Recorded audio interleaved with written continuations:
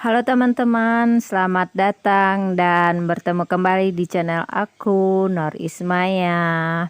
Pada video kali ini kita tetap membahas tentang tes wawasan kebangsaan. Video ini lanjutan dari video aku sebelumnya.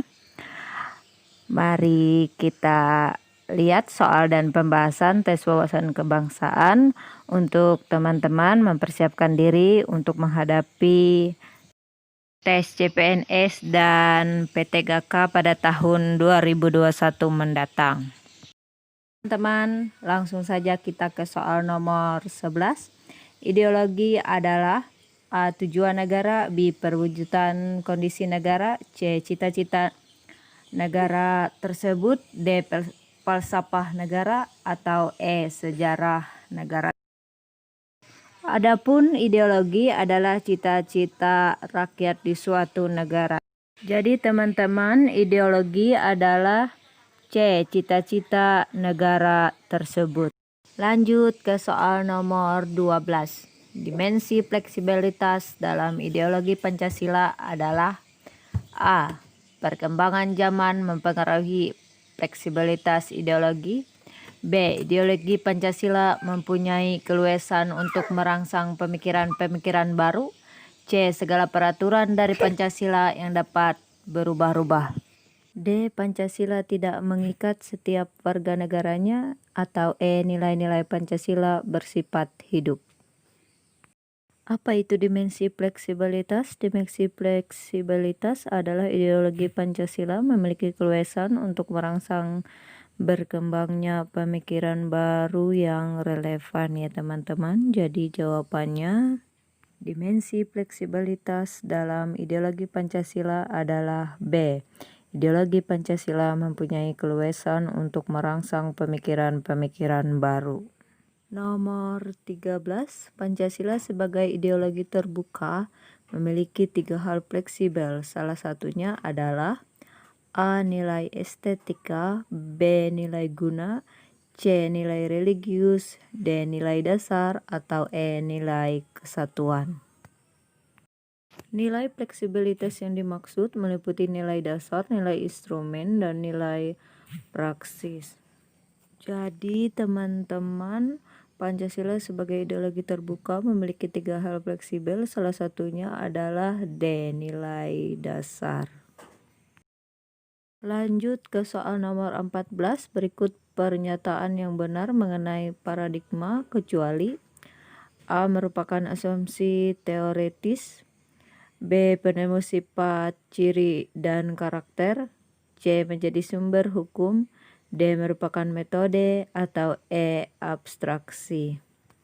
Pernyataan pada soal yang tidak berkaitan dengan paradigma adalah abstraksi.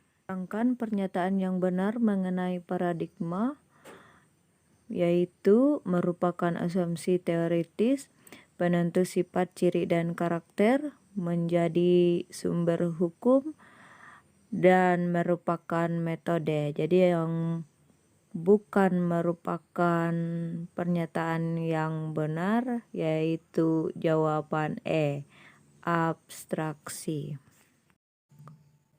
Lanjut ke soal nomor 15. Tujuan pembangunan nasional meliputi A. Meningkatkan hasrat dan martabat manusia, B. Mensejahterakan rakyat, C. Meningkatkan perekonomian, D. Meningkatkan pamor negara, atau E. Memeratakan hasil sumber daya alam.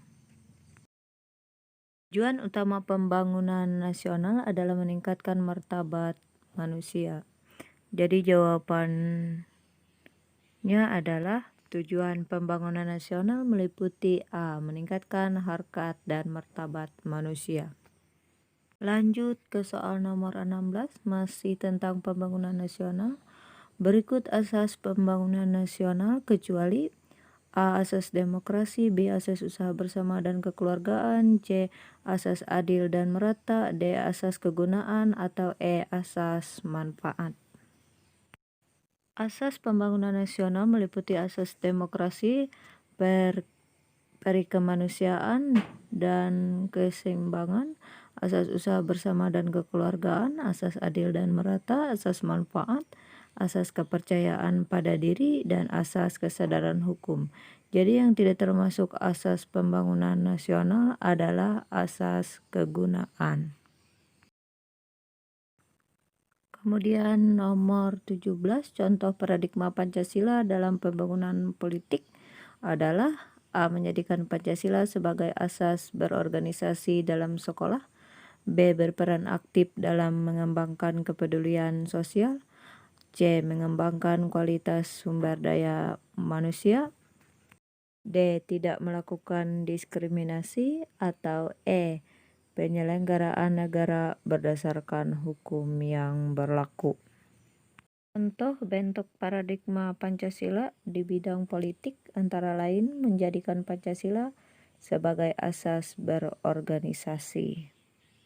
Jadi jawaban yang benar adalah A. Menjadikan Pancasila sebagai asas berorganisasi dalam sekolah. Nomor 18, berikut contoh paradigma Pancasila dalam bidang hukum kecuali tidak diskriminasi dalam hukum, B. Berperan dalam mengembangkan budaya hukum, C. Menegakkan hukum dan menghargai HAM, D.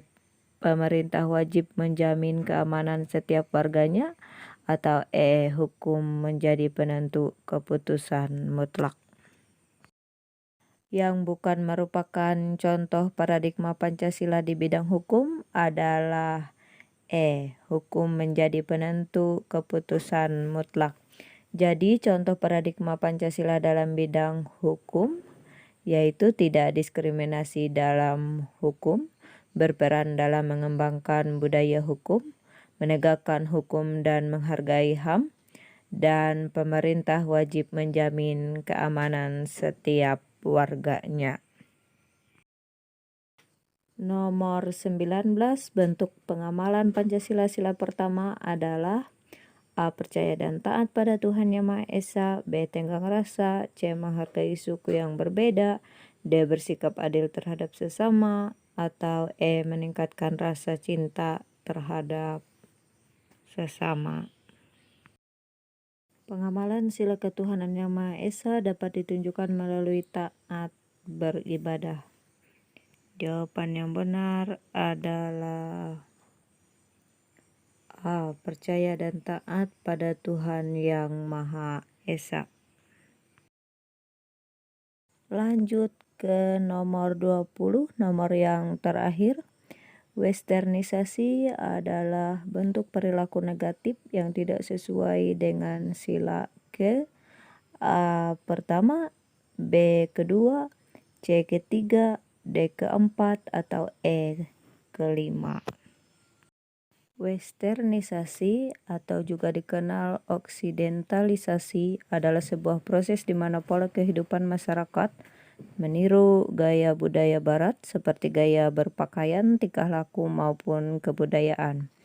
Di Indonesia tidak jelas berawal dari kapan westernisasi telah terjadi. Perilaku hidup kebarat-baratan disebabkan oleh melemahnya cinta tanah air. Hal ini tidak sesuai dengan sila ketiga. Oke teman-teman, demikian yang dapat aku sampaikan di video kali ini, pembahasan tentang tes wawasan kebangsaan bagian 4. Nanti kita akan lanjutkan di video kita selanjutnya.